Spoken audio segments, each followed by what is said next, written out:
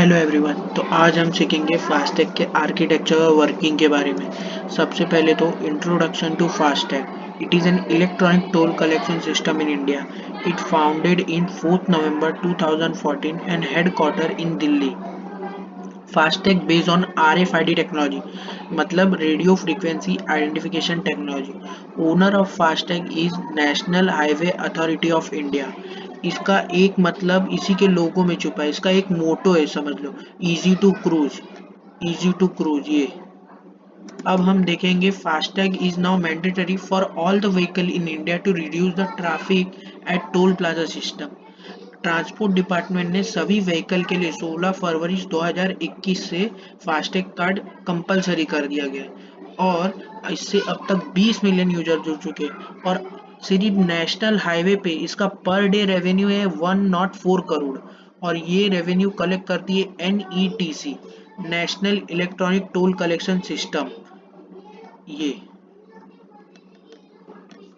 इसके बाद हम देखेंगे फास्टैग के कार्ड के बारे में। उसके पहले एक एग्जांपल देखते हैं। जब हम दिल्ली मेट्रो में सफ़र करते समय हमें टिकट खरीदने पर एक कॉइन मिलता है।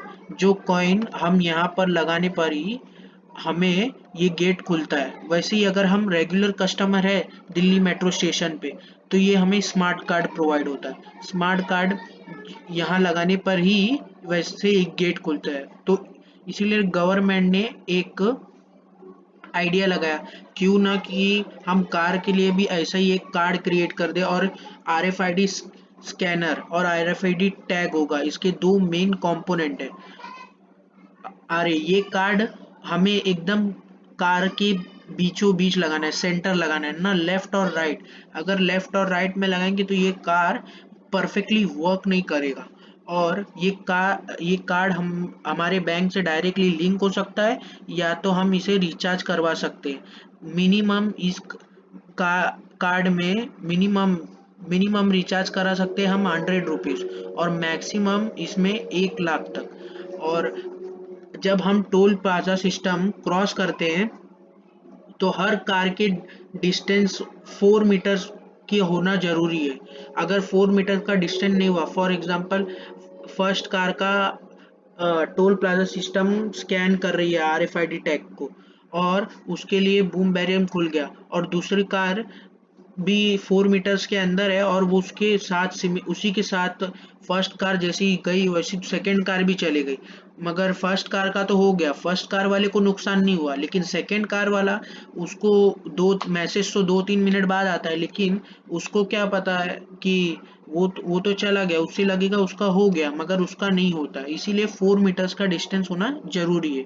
और ये कार्ड में हमारी व्हीकल की बहुत सारी डिटेल्स रहती है, जैसे कि व्हीकल का क्लास, व्हीकल के वेट, फास्टैग की आईडी और व्हीकल का कलर। वैसे ही अगर ये फास्टैग कार्ड हम इंसानों पर लगाए तो उनकी अलग अलग आइडेंटिफिकेशन हो जाए।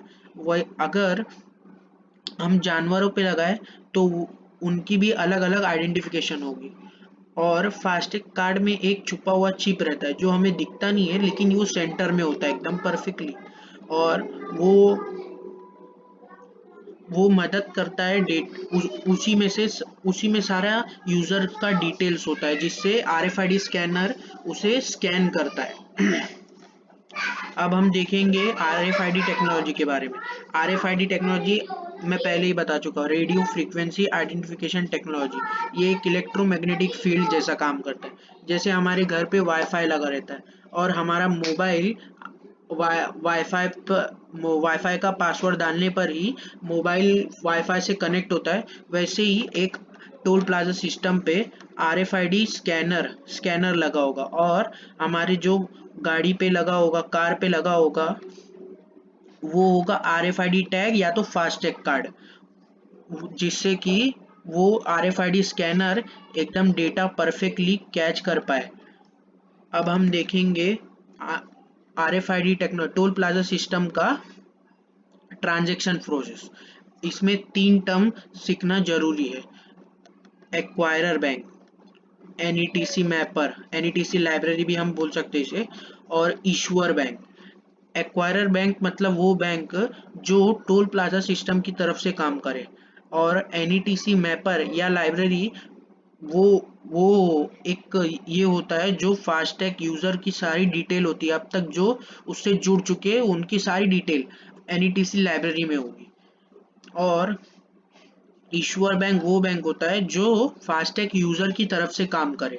जब हम टोल प्लाजा सिस्टम को क्रॉस करते हैं तो वैसे ही स्कैन करते समय ही एक मैसेज पास होता है एक्वायरर बैंक के पास, जिस वो ये पता करने के लिए कि फास्टैग यूजर वैलिड है कि इनवैलिड है। अगर अगर मान लो इनवैलिड हुआ, चेक करने से पहले वो एनईटीसी मैपर के पास भेजता है, क्योंकि उसी के पास सब फास्टैग डिटेल्स है एनईटीसी लाइब्रेरी के पास। तो अगर इनवैलिड हुआ तो वो डिटेल टोल प्लाजा सिस्टम के कंप्यूटर्स में आ जाएगी इनवैलिड डिटेल। अगर वैलिड हुआ तो एक्वायरर बैंक एनईटीसी मैपर को टोल फेयर डिटेक्ट करने के लिए वापस मैसेज भेजेगा और एनईटीसी मैपर ईश्वर बैंक को भेजेगा। फिर ईश्वर बैंक टोल फेयर डिटेक्ट करके वही मैसेज एनईटीसी मैपर को भेजेगा और एनईटीसी मैपर एक्वायरर बैंक को भेजेगा और acquirer bank toll plaza system को, और उसमें आ जाएगा उसके कंप्यूटर में ट्रांजैक्शन सक्सेसफुल। इसके बाद हम देखेंगे some positive points and negative points of FASTag.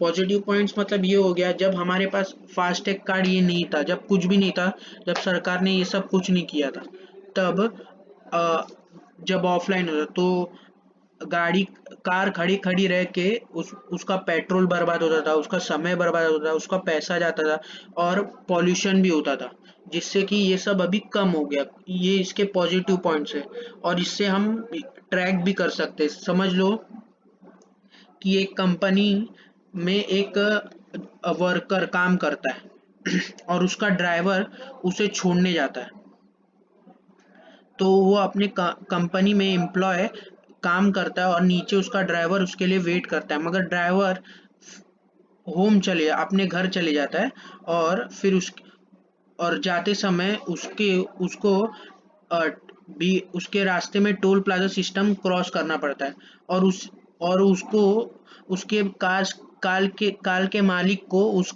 उसकी डिटेल जाएगी, उसको मैसेज जाएगा, वो फोन भी करेगा, मगर वो तो झूठ बोल रहा है ना, वो तो अपने घर गया है उसे मैसेज आया है टोल प्लाजा सिस्टम की तरफ से। इससे ये एक फायदा है। और नेगेटिव पॉइंट्स है सब इसमें टेक्निकल ग्लिच हो सकता है, जैसे टेक्निकल प्रॉब्लम, जैसे हमारे मोबाइल में कभी कभार मोबाइल हैंग हो जाता है ज़्यादा मेमोरी स्पेस जैसा, वैसे ही कार पे जब कार खड़ी रहेगी तो आरएफआईडी टैग के अंदर जो चिप होता है ना, उसमें ज़्यादा धूप पड़ने पर ना टेक्निकल प्रॉब्लम कभी कभार आ सकता है। और अगर हमारे पास फास्टैग कार्ड नहीं है डब तो ना, जो हमारा टोल कलेक्शन का फीस जितना भी कटना चाहिए टोल टैक्स होगा, उससे डबल कटेगा। अगर हमारे पास फास्टैग कार्ड नहीं है तो भी हम उसी लाइन में घुस गए तो हमारा डबल कटेगा। और इसमें एक फास्टैग की क्लोनिंग होती है, फास्टैग कार्ड की क्लोनिंग होती है, जिससे कि कोई भी इंसान क्लोन बना के अपने कार पे चिपका सकता है और आपके खाते से बैंक का पैसा कट सकता है, इसीलिए ये इसका नेगेटिव पॉइंट्स है। अब हम देखेंगे फास्टैग कार्ड के बारे में।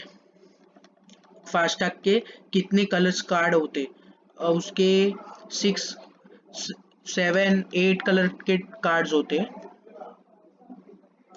अब उसमें से दो टाइप होते।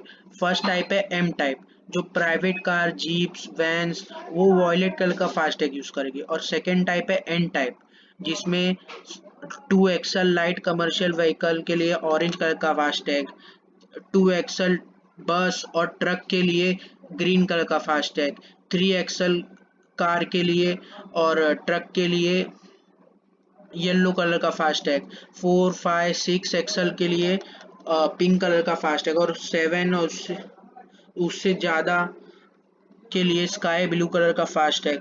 और जो कंस्ट्रक्शन साइट पे जो मशीन वर्क करती है, जैसे कि HCM heavy construction machinery and EME earth moving equipment vehicle, ये व्हीकल को ब्लैक कलर का फास्टैग लगेगा।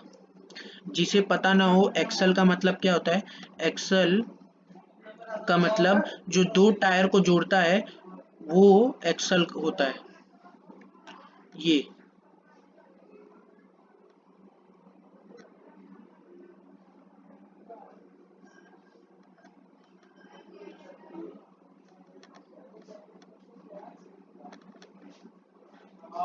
अब हम देखेंगे कुछ एग्जाम्पल्स, जैसे अभी ये हैवी, इसके लिए ब्लैक कलर का फास्टैग यूज होता है। मैंने बताया था जो कंस्ट्रक्शन साइट पे काम करती है, जो 7 से ज़्यादा हो उसके लिए स्काई ब्लू कलर का फास्टैग, जो 4, 5, 6 के लिए है उसके लिए ब्लू कलर का फास्टैग, वैसे ही जो प्राइवेट कार्स के लिए उसके लिए वॉयलेट कलर का फास्टैग। अब हम देखेंगे जो हर हर जो कार का कार्ड का कलर होगा उसके हिसाब से उसका अमाउंट कितना कटता है, जब हम टोल का प्लाजा सिस्टम क्रॉस करते हैं उसका टोल फेयर कितना होता है। जैसे वॉयलेट कलर फास्टैग कार्ड वालों के लिए 500 चार्ज है, ऑरेंज कलर के लिए 600 है, येलो कलर के लिए 700 है, ग्रीन कलर के लिए 600 है, पिंक कलर के लिए 800 है, लाइट ब्लू के लिए 900 है, और जो ब्लैक कलर है, ये ग्रे नहीं है, ब्लैक है, ब्लैक कलर का है, उसके लिए 800 है। अब थैंक यू, बस।